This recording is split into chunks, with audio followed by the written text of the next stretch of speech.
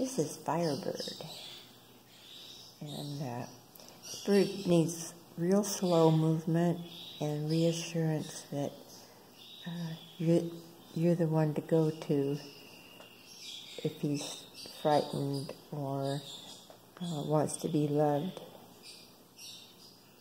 And when you first get him, get in a small room, put him in the cloth,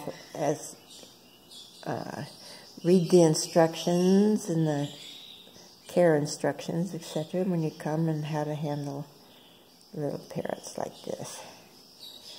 But you have to get into a zen state where you're really relaxed, and he likes to have his beak rubbed.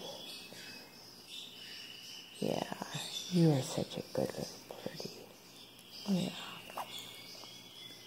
And no sudden movements, just nice and calm.